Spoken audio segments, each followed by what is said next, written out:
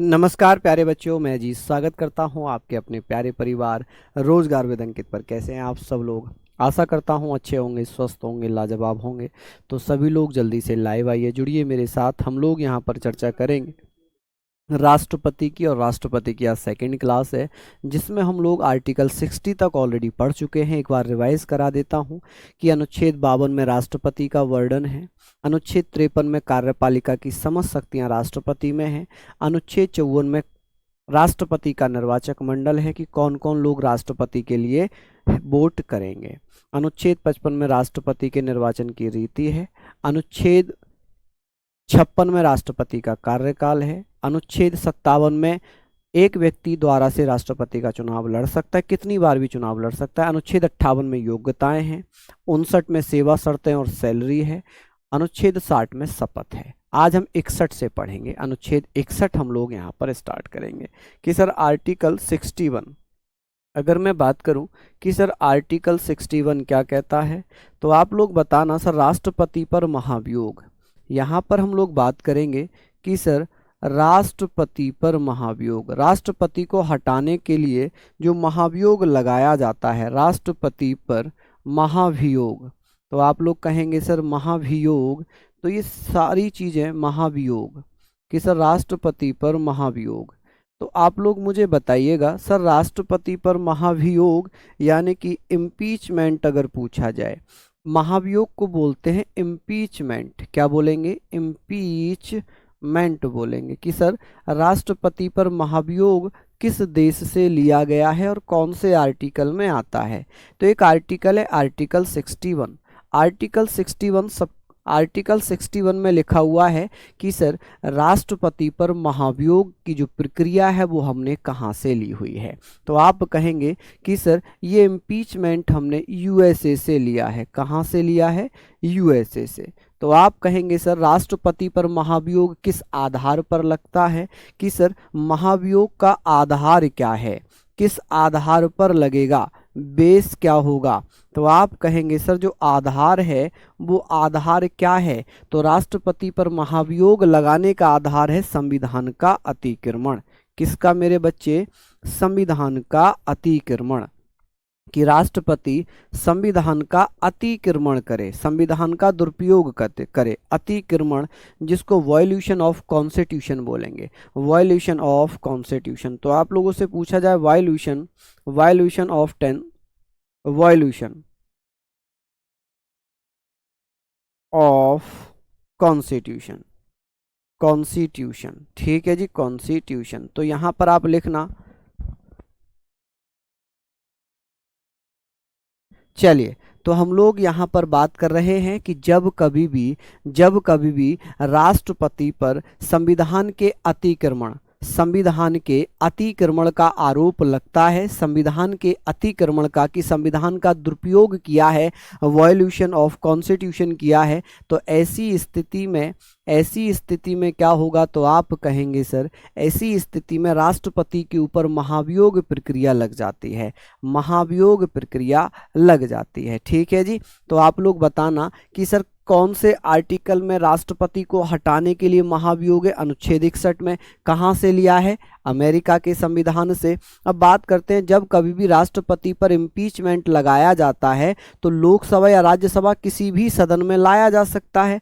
Condition केवल एक है, यदि लोकसभा में ये महाभियोग प्रक्रिया चलाई जा रही है तो राष्ट्रपति को 14 दिन पहले नोटिस देना पड़ेगा, और लोकसभा के 2/3 यानी कि 2/3 बहुमत से वो प्रस्ताव पारित होना चाहिए, और राज्यसभा से भी 2/3 बहुमत से यदि प्रस्ताव पारित हो जाता है तो उस दिन से राष्ट्रपति को अपने पद से त्यागपत्र देना पड़ता है।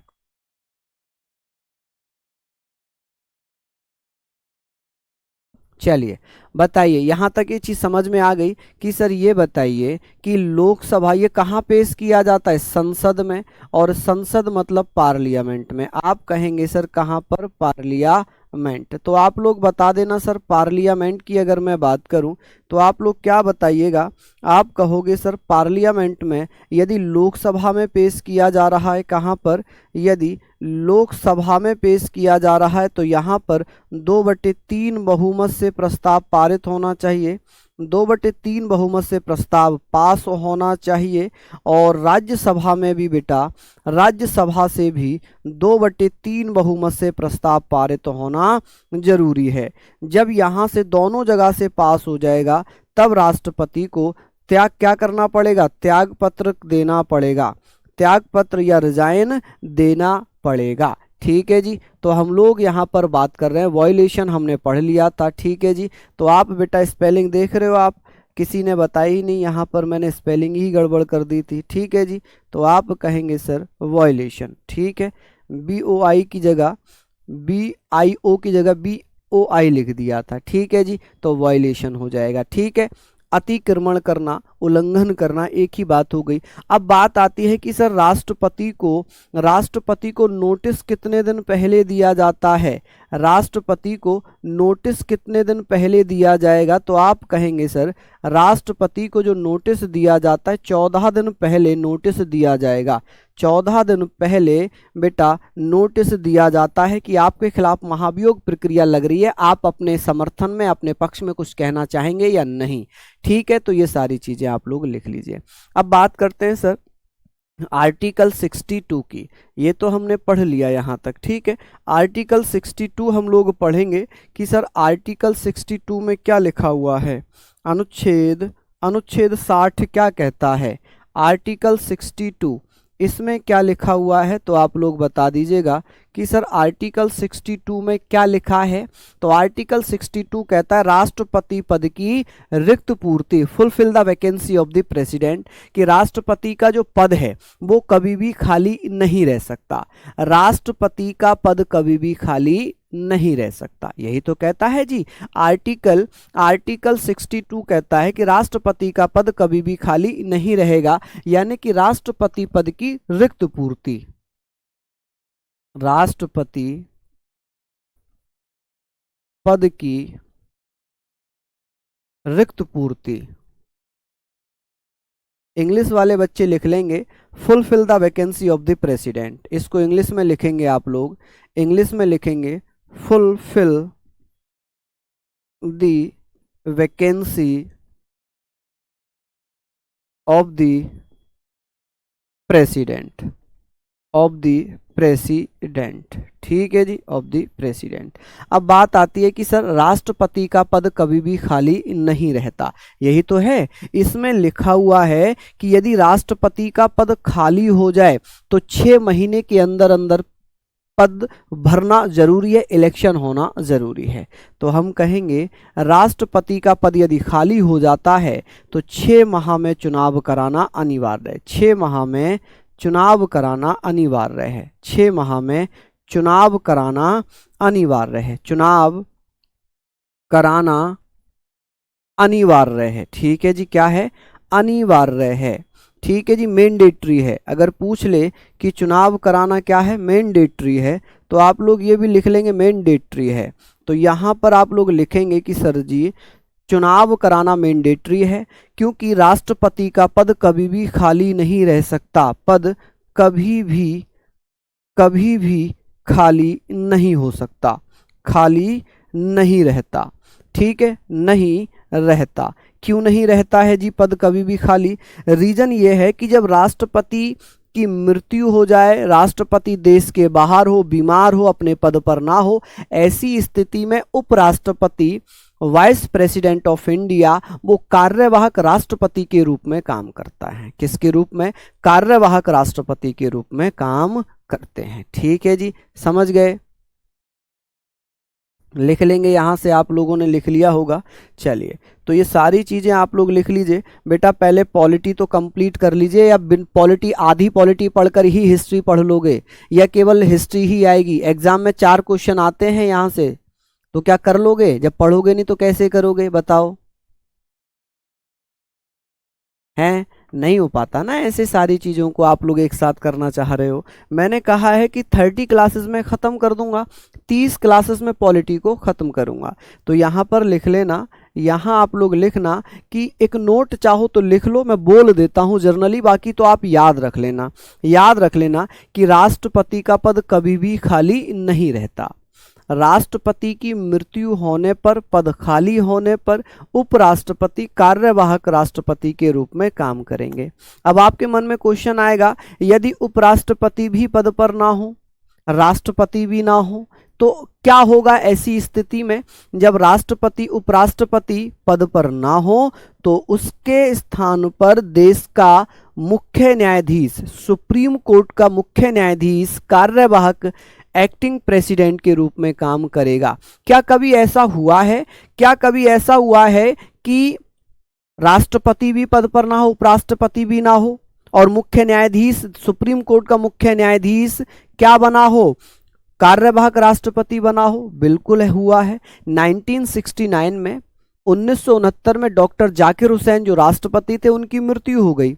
हालांकि पहले राष्ट्रपति थे जिनकी पद पर मृत्यु हुई थी, डॉक्टर जाकिर हुसैन पहले मुस्लिम राष्ट्रपति भी थे। बीबी गिरी उपराष्ट्रपति थे। जब जाकिर हुसैन की मृत्यु हुई तो बीबी गिरी कार्यवाहक राष्ट्रपति बन गए। उपराष्ट्रपति थे ना बीबी गिरी, वो कार्यवाहक राष्ट्रपति बन गए, एक्टिंग प्रेसिडेंट बन गए। लेकिन बीबी गिरी ने राष्ट्रपति चुनाव के लिए अपने पद से त्यागपत्र दे दिया, रिजाइन कर दिया। ना तो राष्ट्रपति हैं ना उपराष्ट्रपति हैं। तब देश का मुख्य न्यायाधीश एम हिदायतुल्लाह, कौन? M Hidayatullah was the first chief justice of supreme court to become a acting president of India. तो आप लोग बताएंगे सर कि क्या ऐसा हुआ था? तो बिल्कुल हुआ था। आप इसको लिख लेना बेटा और पीडीएफ में जरूर मेंशन कर देना जो मैं बोल रहा हूं कि राष्ट्रपति की अनुपस्थिति में उपराष्ट्रपति कार्यवाहक राष्ट्रपति का पद संभालते हैं। राष्ट्रपति और उपराष्ट्रपति दोनों की अनुपस्थिति में देश का सुप्रीम कोर्ट का मुख्य न्यायाधीश कार्यवाहक राष्ट्रपति के पद पर नियुक्त होते हैं। ठीक है जी, लिख लेंगे यहां तक। चलिए, बहुत बढ़िया, शानदार।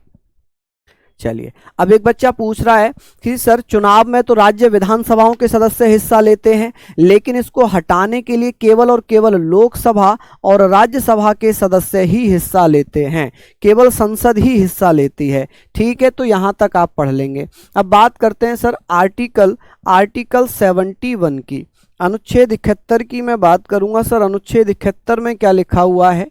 आर्टिकल 71 क्या लिखा है? इसमें लिखा हुआ है कि राष्ट्रपति उपराष्ट्रपति के चुनाव से संबंधित जो भी विवाद होंगे उनका सॉल्यूशन, उनका निपटारा कौन करेगा? तो वो बेटा सुप्रीम कोर्ट करेगा। कौन करेगा? सुप्रीम कोर्ट करेगा। ठीक है जी, तो यहां पर आप लोग लिखना। चलिए, तो हम लोग बात कर रहे हैं आर्टिकल 71 में क्या लिखा है। इसमें लिखा है राष्ट्रपति एवं उपराष्ट्रपति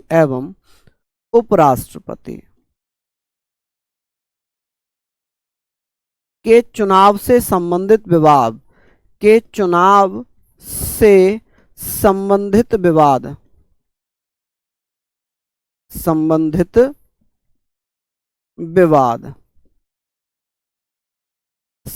विवाद का निपटारा सुप्रीम कोर्ट करेगा। सुप्रीम कोर्ट के द्वारा किया जाएगा।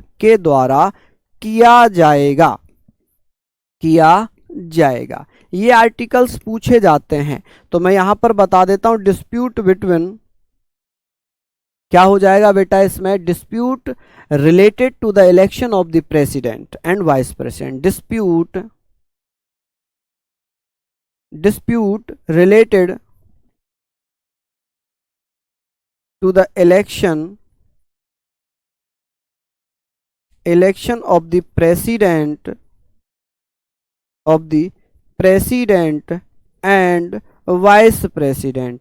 इसका निपटारा कौन करेगा? सुप्रीम कोर्ट करेगा। कौन करेगा जी निपटारा? सुप्रीम कोर्ट के द्वारा किया जाएगा। ठीक है, लिख लेना कि अनुच्छेद 72 में क्या लिखा हुआ है। ठीक है, लिख लिया आप लोगों ने यहां तक।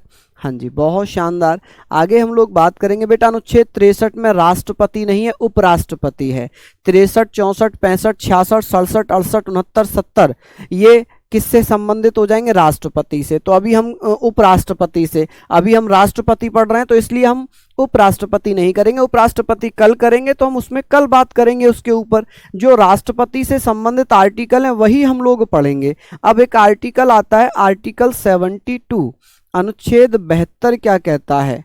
अनुच्छेद 72 की अगर मैं बात करूं तो आप कहोगे सर इसमें लिखा है राष्ट्रपति की क्षमादान की शक्तियां, राष्ट्रपति की क्षमादान की शक्तियां।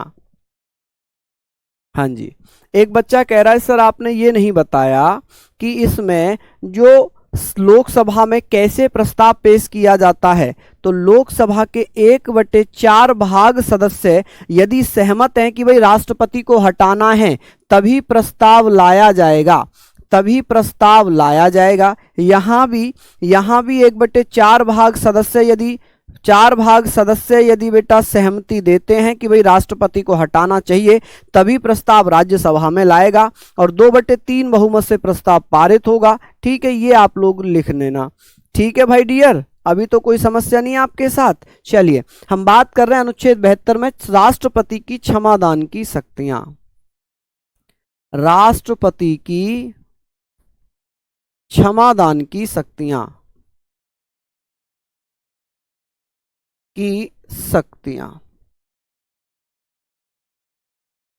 शक्तियां। ठीक है जी, राष्ट्रपति की क्षमादान की शक्तियां। अब हम लोग बात कर लेते हैं कि सर राष्ट्रपति की क्षमादान की शक्तियां क्या क्या होंगी। अब चर्चा ये हो गई, अब चर्चा क्या हो गई जी, चर्चा यहाँ पर आप लोग बात करेंगे राष्ट्रपति की क्षमादान की शक्तियां। पावर ऑफ पार्डन्स, अगर पूछा जाए कि sir powers of pardons, powers of pardons, अगर यहां पर पूछ ले कि भैया पावर ऑफ पार्डन्स क्या है, क्षमादान की शक्तियां।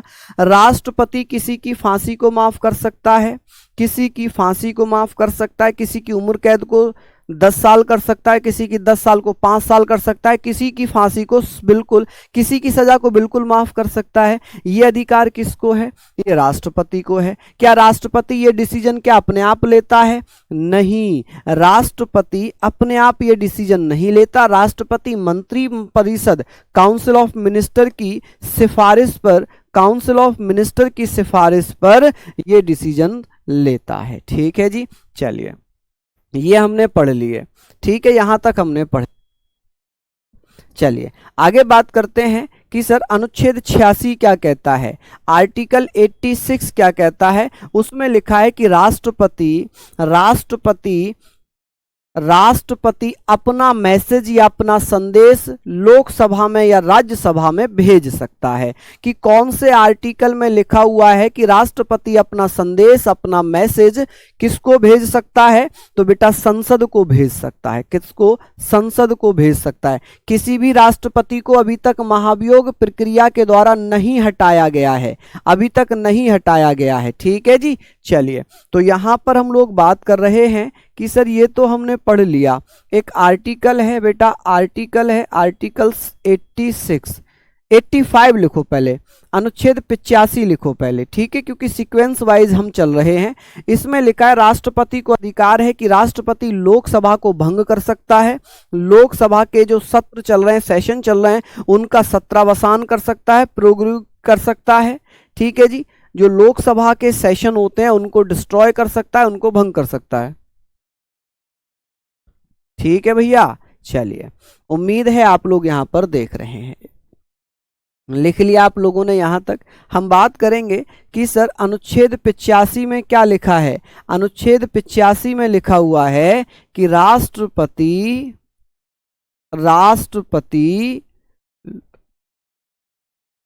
पीएम की सलाह से, पीएम की सलाह से, किससे, पीएम की सलाह से लोकसभा को भंग कर सकता है। किसको, लोकसभा को भंग कर सकता है, लोकसभा को भंग कर सकता है। लोकसभा को भंग करना मतलब होता है डिसॉल्व कर सकता है। क्या कर सकता है, डिसॉल्व कर सकता है, कर सकता है। सत्र चल रहे होंगे उनको भी बेटा भंग कर सकता है, कर सकता है। ठीक है जी, अब बात आती है अनुच्छेद 86 की। आर्टिकल 86 में क्या लिखा हुआ है, अनुच्छेद 86 में क्या लिखा हुआ है। अनुच्छेद 86 कहता है, अनुच्छेद 86 में लिखा हुआ है कि राष्ट्रपति संसद में अपना संदेश भेज सकते हैं। राष्ट्रपति संसद में अपना संदेश भेज सकते हैं, मैसेज भेज सकते हैं। ठीक है जी। राष्ट्रपति संसद में, कहां पर, राष्ट्रपति संसद में क्या कर सकते हैं, संसद में अपना मैसेज या अपना संदेश भेज सकते हैं। अपना मैसेज की अगर मैं बात करूं कि सर अपना मैसेज जो है संदेश में, अपना संदेश या अपना मैसेज कहाँ भेज सकते हैं बेटा, तो ये कहाँ भेजेंगे, मैसेज को हम क्या बोलते हैं, संदेश बोल सकते हैं। क्या बोलते हैं जी, संदेश बोल सकते हैं। ठीक है जी। तो आप कहेंगे कि सर अपना मैसेज या संदेश संसद में भेज सकते हैं। जैसे कि नई लोकसभा बनी, ठीक है, भेज सकते हैं, तो वहां पर अपना मैसेज भेज सकते हैं। ठीक है, चलिए ये सारी चीजें आप लोग लिख लेंगे, ये सारी चीजें आप लोग लिख लेंगे। अब बात करते हैं कि भैया अनुच्छेद, अनुच्छेद 87 क्या कहता है, आर्टिकल 87 क्या कहता है, अनुच्छेद 87 में क्या लिखा हुआ है। तो आप कहेंगे सर अनुच्छेद 87 में क्या लिखा हुआ है, तो यहाँ पर आप लोग बता देना, यहाँ पर आप लोग बता देना कि ये सारी चीजें हैं, इसको आप लोग बताइएगा कि सर अनुच्छेद 87 कहता है कि राष्ट्रपति संसद में, राष्ट्रपति संसद में अपना भाषण दे सकते हैं, अपना स्पीच दे सकते हैं। सर 73, 74, 75 बेटा वो प्रधानमंत्री से संबंधित है, मंत्री परिषद से संबंधित है। आप एक चीज समझिए कि जिस समय मैं जो टॉपिक पढ़ा रहा हूं, राष्ट्रपति पढ़ा रहा हूं, तो मैं राष्ट्रपति से संबंधित ही आर्टिकल बताऊंगा। अब आपको मैंने 75, 74, 73 नहीं बताए, क्योंकि 74 में मंत्री परिषद का गठन है, 75 में प्रधानमंत्री और मंत्रियों की नियुक्ति है, 76 में महान्यायवादी की नियुक्ति है। ये अपने आप में एक अलग अलग टॉपिक हैं, ये अपने आप में एक अलग अलग टॉपिक हैं। ठीक है जी, समझ रहे हैं, इसलिए वो नहीं कराए। तो आप ये मानकर चलो कि जिस समय मैं जो टॉपिक करा रहा हूं उससे संबंधित आर्टिकल ही कराऊंगा। आप सोच रहे हो कि सर आपने 75, 72 के बाद डायरेक्ट 85 ले आए, 86 ले आए, 87, ये इसलिए क्योंकि राष्ट्रपति से संबंधित आर्टिकल ही मैं यहां पर कराऊंगा। ठीक है, आप लोग टेंशन मत लीजिए, आप लोग इतना भरोसा रखिए कि जो बोर्ड पर करा रहा हूं यही आपके एग्जाम में छपने वाला है। क्योंकि प्रीवियस ईयर के एग्जाम आप उठाकर देखिए और क्लासेस चेक करिए तो सेम टू सेम क्वेश्चंस देखने को मिले हैं। समझ रहे हैं आप लोग सारी चीजें। तो मैंने कहा कि भैया राष्ट्रपति, राष्ट्रपति संसद में अपना भाषण दे सकता है, संसद में अपना भाषण दे सकता है, लोकसभा या राज्यसभा में अपना भाषण, भाषण या अपना स्पीच दे सकते हैं। क्या कर सकते हैं माय डियर, तो वो अपना स्पीच दे सकते हैं, दे सकते हैं। ठीक है जी, राष्ट्रपति संसद में अपना भाषण या स्पीच दे सकते हैं। किसी को कोई समस्या हुई तो बताएं, कोई समस्या अगर हुई हो तो बताएं, बताइए। तो राष्ट्रपति संसद में अपना भाषण या स्पीच दे सकते हैं। कि सर इनका भाषण कौन तैयार करता है, ये किसके द्वारा तैयार या रेडी किया जाता है, कि सर ये जो रेडी किया जाता है कौन रेडी करता है, तो आप कहेंगे सर मंत्री परिषद रेडी करती है। कौन, मंत्री परिषद तैयार करती है, मंत्री परिषद द्वारा तैयार किया जाता है। कि जो भाषण राष्ट्रपति संसद में देते हैं उस भाषण को कौन तैयार करता है, तो बेटा मंत्री परिषद तैयार करती है। कौन तैयार करती है, मंत्री परिषद तैयार करती है। लिख लेंगे यहां पर आप लोग। चलिए मुझे बताइए यहां तक आप लोगों ने लिख लिया।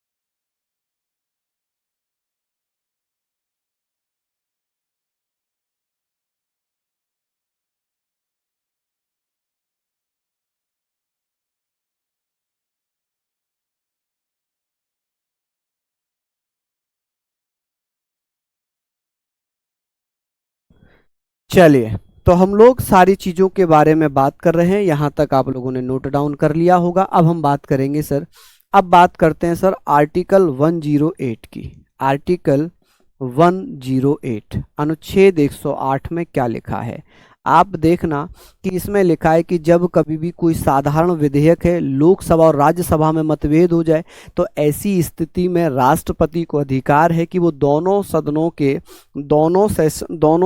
के लोकसभा राज्यसभा के एक जॉइंट सेशन को बुला सकता है, संयुक्त अधिवेशन बुला सकता है। ठीक है, साधारण विधेयक पर राष्ट्रपति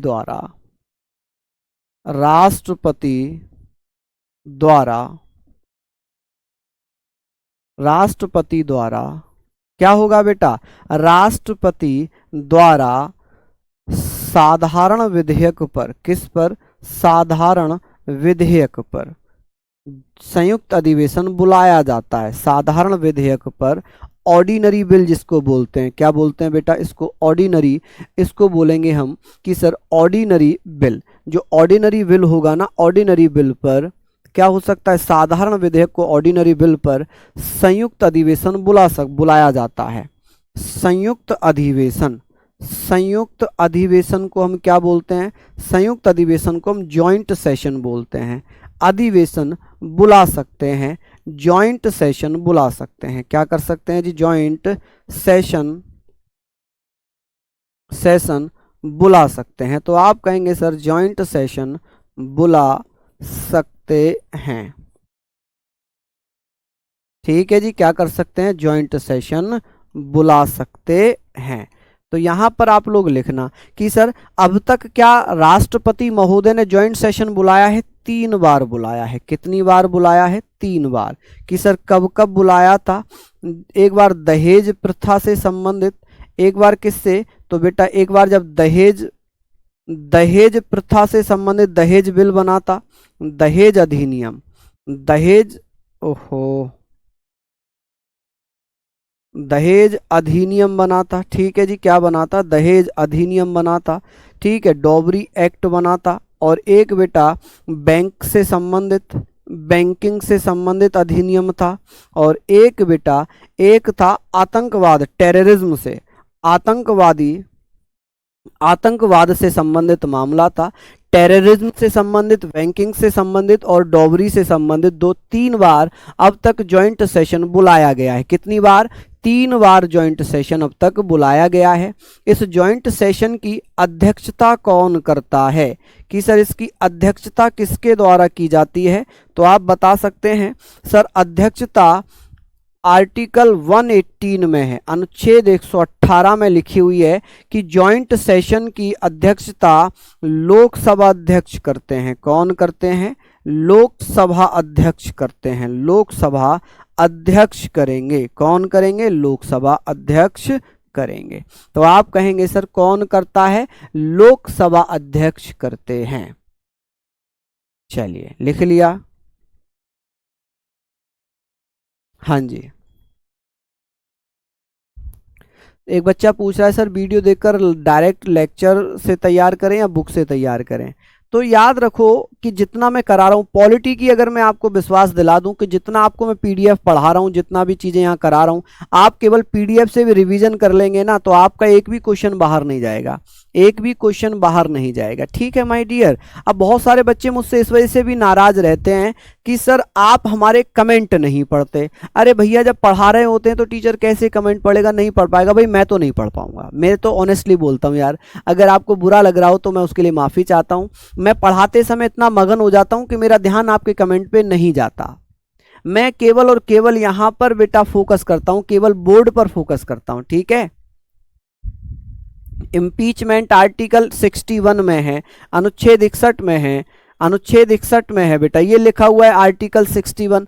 बताइए, सामने लिखा है फिर भी आप लोग पूछ रहे हैं सारी चीज़ें मैं बताता हुआ चल रहा हूँ, उसके बावजूद भी आप ऐसे कर रहे हैं। बताओ, ये सारी चीज़ें आप लोगों ने लिख ली होंगी, उम्मीद कर रहा हूँ यहाँ तक आपने लिख लिया होगा। चल अब राष्ट्रपति की शक्तियां हम लोग पढ़ लेते हैं कि सर ये तो हमने पढ़ लिया। अब बात आती है सर अनुच्छेद 123 की, अनुच्छेद 123 में क्या लिखा हुआ है, आर्टिकल 123 में क्या लिखा हुआ है, तो अनुच्छेद 123 कहता है कि राष्ट्रपति अध्यादेश जारी करेंगे। राष्ट्रपति अध्यादेश जारी करेंगे कि भैया अध्यादेश कब जारी किया जाता है, ऑर्डिनेंस कब जारी किया जाता है, तो ऑर्डिनेंस जारी किया जाता है जब लोकसभा या राज्यसभा ना चल रही हो।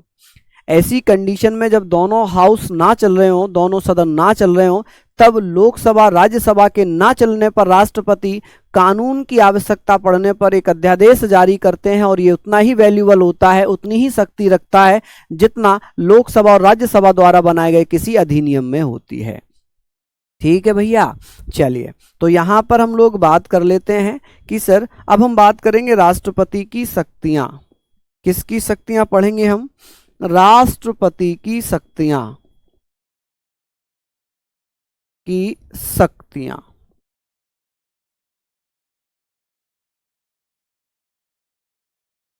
पावर्स हम लोग पढ़ेंगे बेटा, powers of the president, powers of the president. ठीक है जी, प्रेसिडेंट कि सर राष्ट्रपति की शक्तियां हम लोग पढ़ेंगे, तो आप लोग क्या बताइएगा, आप कहेंगे सर एक आर्टिकल दिया हुआ है, आर्टिकल 123, अनुच्छेद 123, आर्टिकल 123, 123 में क्या लिखा हुआ है, इसमें लिखा है कि राष्ट्रपति द्वारा अध्यादेश जारी किया जाता है जब संसद का कोई सदन ना चल रहा हो, जब संसद का कोई सदन ना चल रहा हो, ऐसी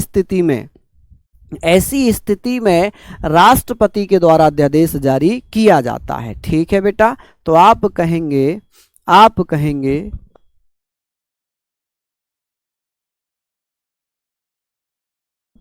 चलिए हम लोग बात कर रहे हैं कि सर राष्ट्रपति द्वारा, किसके द्वारा, राष्ट्रपति द्वारा अध्यादेश जारी किया जाता है। क्या जारी किया जाता है, अध्यादेश जारी किया जाता है। ठीक है जी, क्या जारी किया जाता है, अध्यादेश जारी किया जाता है, किया जाता है। अध्यादेश को अगर मैं बात करूं तो अध्यादेश को हम बोलते हैं ऑर्डिनेंस। क्या बोलते हैं बेटा, इसको हम ऑर्डिनेंस बोलेंगे। कि सर कौन ऑर्डिनेंस जारी करता है, तो आप कहेंगे सर ऑर्डिनेंस जारी किया जाता है किसके द्वारा, राष्ट्रपति के द्वारा।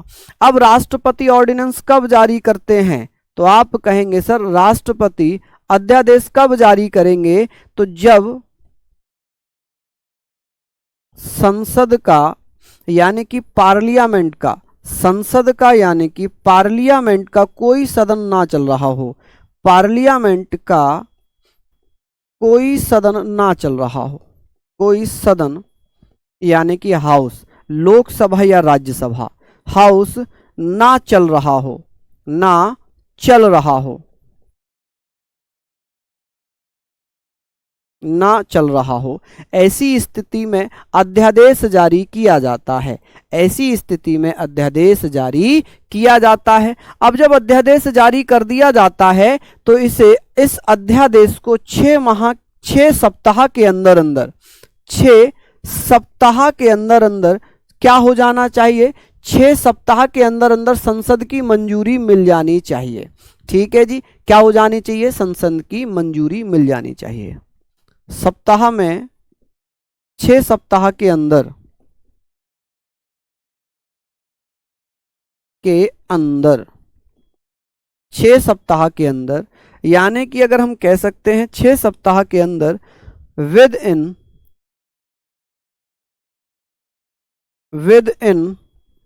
6 मंथ, 6 मंथ नहीं 6 week, 6 weeks, within 6 weeks संसद द्वारा बेटा अनुमोदन मिलना चाहिए, संसद द्वारा अनुमोदन मिल जाना चाहिए, संसद द्वारा अनुमोदन। अनुमोदन का मतलब समझ रहे हैं, अप्रूवल। क्या होना चाहिए भैया, संसद का अप्रूवल मिल जाना चाहिए। क्या होना चाहिए, मिल जाना चाहिए। कि भैया कितने में मिल जाना चाहिए, तो आप कहेंगे भैया, आप यहां पर कहेंगे अनुमोदन मिल जाना चाहिए। कि भैया संसद के द्वारा क्या होना चाहिए, अप्रूवल मिलना चाहिए। ठीक है जी, क्या होना चाहिए, अप्रूवल मिल जाना चाहिए। यदि अप्रूवल नहीं मिलता है तो क्या होगा, अध्यादेश समाप्त हो जाएगा, अध्यादेश समाप्त हो जाएगा। ठीक है जी, समझ गए, बहुत बढ़िया। अब बात आती है कि अध्यादेश कब तक लागू रह सकता है, अधिकतम कितने समय तक लागू रह सकता है। तो अध्यादेश अधिकतम 6 महीना तक, अधिकतम 6 माह तक लागू रह सकता है, 6 माह तक लागू रह सकता है। ठीक है, 6 मंथ तक लागू रह सकता है। कितने मंथ तक लागू रह सकता है, 6 महीने तक ये लागू रह सकता है। ठीक है जी, समझ गए। अब यहां तक हम लोगों ने पढ़ लिया, आगे हम लोग बात करते हैं इन सारी चीजों पर। आप लोग पढ़ लीजिए, एक बार लिख लीजिए। चलिए, बहुत बढ़िया, शानदार, लाजवाब। आगे बात करेंगे, यहां से हम थोड़ा सा आगे चलते हैं, यहां से हम थोड़ा सा आगे चलते हैं। ये सारी चीजें आप लोग पढ़ लें, आगे बात करते हैं। चलिए, यहां हमने पढ़ लिया ये सारी चीजों को। अब हम लोग बात करते हैं अनुच्छेद 143, आर्टिकल 143। अनुच्छेद 143 की हम बात करते हैं। इसमें क्या लिखा हुआ है कि राष्ट्रपति सुप्रीम कोर्ट से सलाह ले सकते हैं। इसमें लिखा है राष्ट्रपति राष्ट्रपति राष्ट्रपति सुप्रीम कोर्ट से सलाह ले सकते हैं। राष्ट्रपति सुप्रीम कोर्ट से सलाह ले सकते हैं। क्या कर सकते हैं, सलाह ले सकते हैं। ठीक है जी, ले सकते हैं।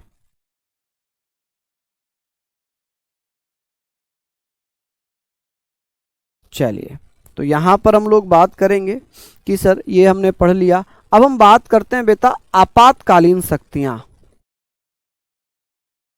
आपातकाल से संबंधित, इमरजेंसी से संबंधित हम लोग पढ़ेंगे कि सर इमरजेंसी से रिलेटेड हम सारी चीजें पढ़ने वाले हैं। कि सर ये बताएं कि 3 आर्टिकल हैं, 3 आर्टिकल हैं राष्ट्रपति की, जो कि 352 से लेकर 360 तक है। और अनुच्छेद 352 में क्या लिखा है, राष्ट्रीय आपातकाल किसमें है, राष्ट्रपति शासन किसमें, और वित्तीय आपातकाल किसमें लिखा हुआ है। ठीक है जी, चलिए, समझ रहे हैं आप लोग। चलिए आगे बात करते हैं कि भैया एक आर्टिकल होगा, आर्टिकल की बात करेंगे। एक आर्टिकल है 352, अनुच्छेद 352। इसमें लिखा है कि भैया राष्ट्रीय आपातकाल, राष्ट्रीय आपातकाल,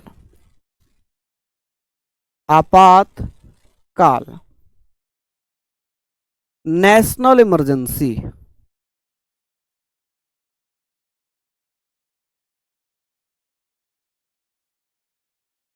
सर नेशनल इमरजेंसी कब लगाई जाती है, नेशनल इमरजेंसी कब कब लगाई गई है। कोई दूसरा देश हमारे ऊपर हमला करे, अध्यादेश क्या होता है, आशीष कुमार पूछ रहे हैं।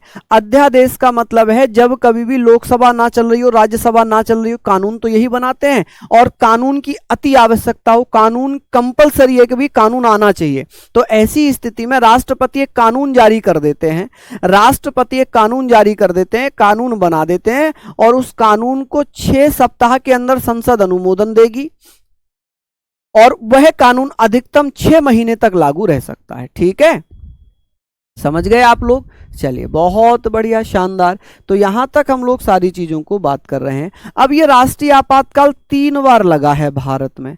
कि सर कब कब लगा था, तो 3 बार अब तक लग चुका है। कि कब कब लगा था, तो एक बार लगा था 1962 से, जब चीन से हमारी लड़ाई हुई थी, चीन से जब हमारा वॉर चल रहा था, चीन से हमारा युद्ध हो रहा था। एक बेटा 1971 में, जब बेटा पाकिस्तान से वॉर चल रहा था, जब पाकिस्तान से वॉर चल रहा था हमारा।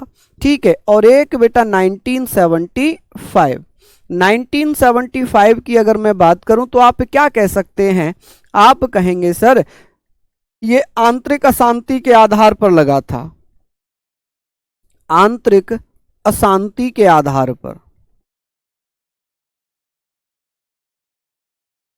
के आधार पर लगा था। लेकिन क्या किया गया, इसके लिए क्या किया गया, एक 44वां संविधान संशोधन किया गया था। 44वां कॉन्स्टिट्यूशन अमेंडमेंट किया जाता है 1978 में। इसमें आंतरिक शब्द हटा दिया। इसमें आंतरिक शब्द हटा दिया। क्या हटा दिया जी? आंतरिक अशांति शब्द हटाकर आंतरिक अशांति शब्द हटाकर आंतरिक अशांति शब्द हटाकर बेटा क्या कर दिया यहां पर? तो आप कहेंगे सर, यहां अगर मैं बात करूं तो आप क्या कहिएगा? आप कहेंगे सर इसके स्थान पर सशस्त्र विद्रोह शब्द लिख दिया। क्या लिख दिया बेटा यहां पर? कि बेटा क्या कर दिया गया था? तो आंतरिक अशांति शब्द हटाकर सशस्त्र विद्रोह लिख दिया। सशस्त्र विद्रोह, विद्रोह कि भैया अगर कोई हथियार लेकर लड़ता है, हथियारों से यदि कोई लड़ता है, हथियारों से यदि कोई लड़ता है तो ऐसी स्थिति में देश में राष्ट्रीय आपातकाल लागू कर दिया जाएगा। अब जब यहां लगा था तो इस दौरान हुआ क्या? इंदिरा गांधी ने स्वयं को बचाने के लिए राष्ट्रपति फखरुद्दीन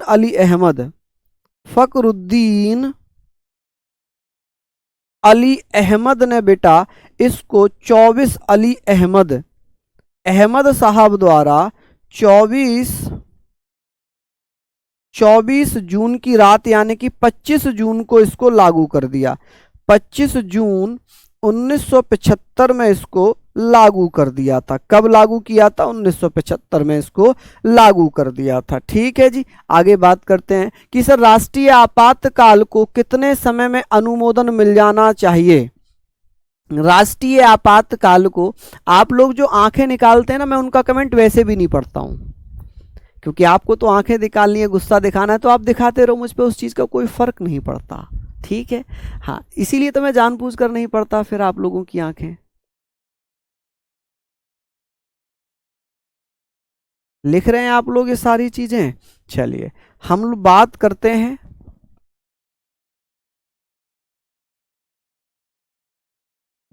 चलिए तो ये सारी चीजें हम लोग लिख लेते हैं। अब बात करते हैं कि भैया एक आता है अनुच्छेद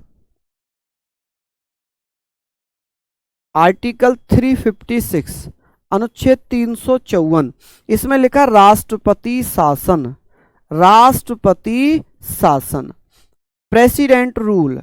ठीक है जी, राष्ट्रपति शासन, प्रेसिडेंट्स रूल।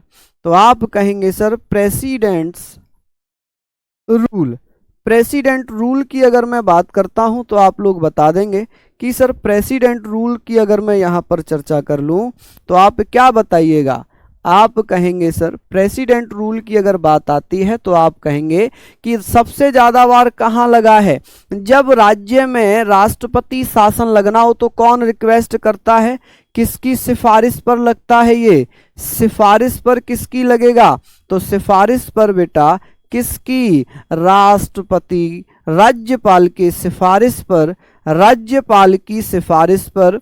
ठीक है, गवर्नर की सिफारिश पर। किसकी? गवर्नर की सिफारिश पर। ठीक है जी, चलिए एक और मैं अगर बात करता हूं वित्तीय आपातकाल, वित्तीय आपातकाल, फाइनेंशियल इमरजेंसी। वित्तीय आपात कब लगता है? तो वित्तीय आपातकाल की अगर मैं बात कर लूं तो आप कहेंगे सर फाइनेंशियल इमरजेंसी, फिनेंशियल या फाइनेंशियल इमरजेंसी।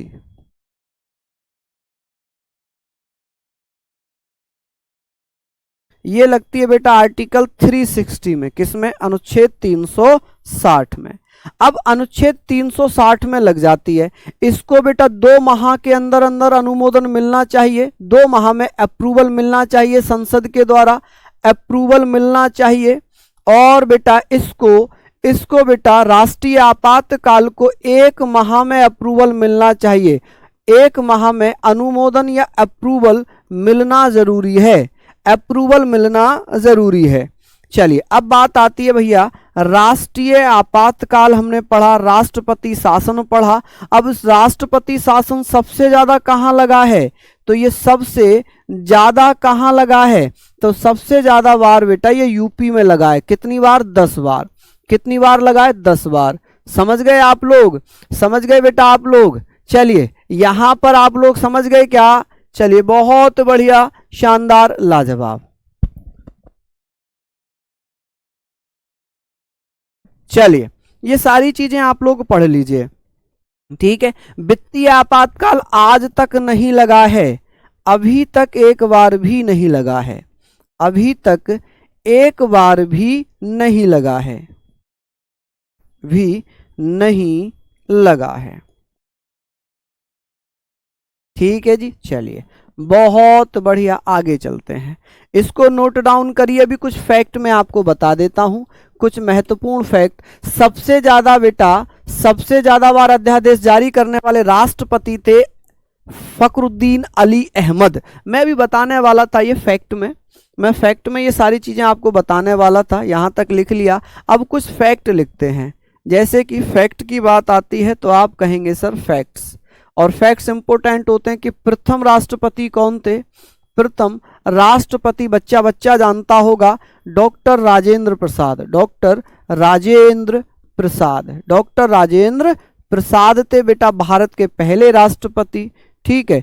दूसरा प्रथम महिला राष्ट्रपति, प्रथम महिला राष्ट्रपति, महिला राष्ट्रपति, फीमेल प्रेसिडेंट ऑफ इंडिया, तो आप कहेंगे सर प्रतिभा देवी सिंह पाटिल, प्रतिभा देवी सिंह पाटिल, देवी सिंह पाटिल,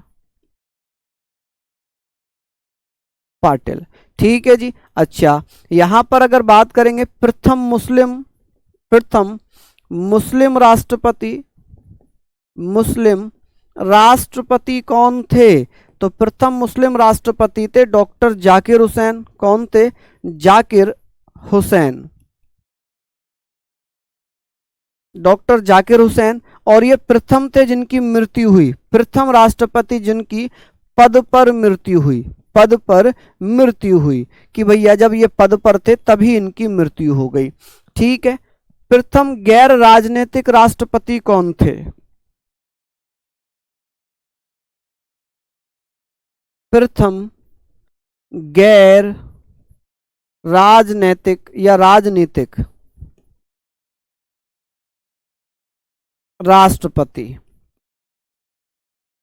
जो नॉन पॉलिटिकल बैकग्राउंड से थे, नॉन पॉलिटिकल, पॉलिटिकल बैकग्राउंड से थे, वो थे बेटा एस राधा कृष्ण। कौन, एस राधा कृष्ण, आप कहेंगे sir S Radha Krishna, S Radha Krishna. अगर पूछ ले बेटा, यहां पर पूछ ले सबसे ज्यादा बार, ज्यादा बार अध्यादेश या ऑर्डिनेंस किसने जारी किया था, अध्यादेश ऑर्डिनेंस किसने जारी किया था, ऑर्डिनेंस जारी करने वाले राष्ट्रपति, जारी करने वाले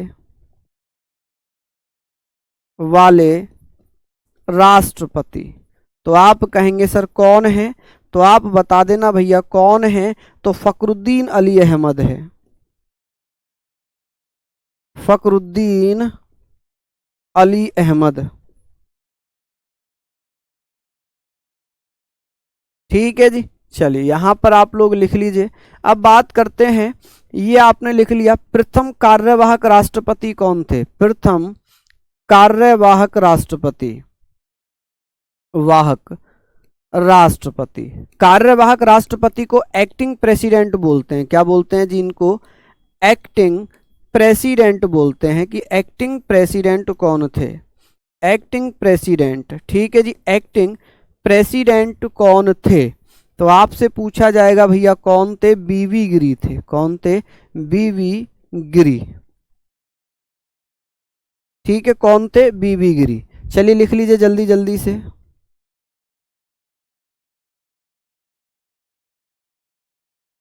चलिए बहुत बढ़िया। एक बच्चा पूछ रहा है कि सर सबसे ज्यादा बार राष्ट्रपति शासन कहाँ लगा है, तो 10 बार यूपी में और 10 बार मणिपुर में। मणिपुर और यूपी दोनों में लगभग बराबर लगा है, 10-10 बार लगा है, ठीक है जी, 10-10 बार लगा है। समझ गए आप लोग। चलिए ये आप लोगों ने पढ़ लिया इतना सारा फैक्ट। चलिए एक और लिखवा रहा हूं, एक और लिखवा देता हूं कि ये तो आपने पढ़ लिया कि सर प्रथम मुख्य न्यायाधीश, प्रथम मुख्य न्यायाधीश, मुख्य न्यायाधीश, मुख्य न्यायाधीश, वो भी सुप्रीम कोर्ट के, chief justice of supreme court, chief justice of India कहा जाता है सुप्रीम कोर्ट के मुख्य न्यायाधीश को। जो कार्यवाहक बने, कार्यवाहक, कार्यवाहक राष्ट्रपति बने, एक्टिंग प्रेसिडेंट, एक्टिंग प्रेसिडेंट बने, ठीक है जी, एक्टिंग प्रेसिडेंट, शॉर्ट फॉर्म में लिख दिया PRST।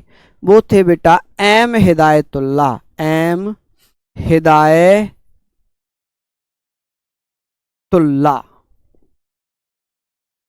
एम हिदायतुल्ला, ठीक है जी। चलिए, प्रथम निर्विरोध राष्ट्रपति कौन थे? प्रथम निर्विरोध राष्ट्रपति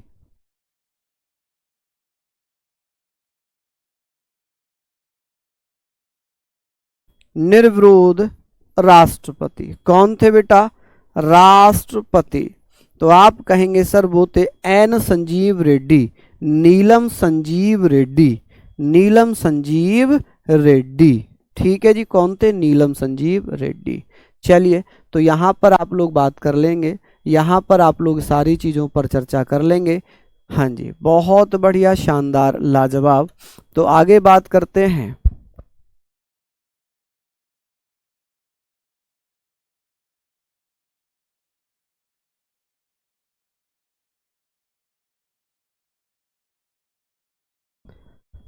चलिए, एक बच्चा कह रहा है सर सबसे पहले राष्ट्रपति शासन कहाँ लगा? तो सबसे पहले राष्ट्रपति शासन बेटा, प्रथम राष्ट्रपति शासन शासन पंजाब में लगा था। कहाँ? पंजाब में। कब लगा था बेटा?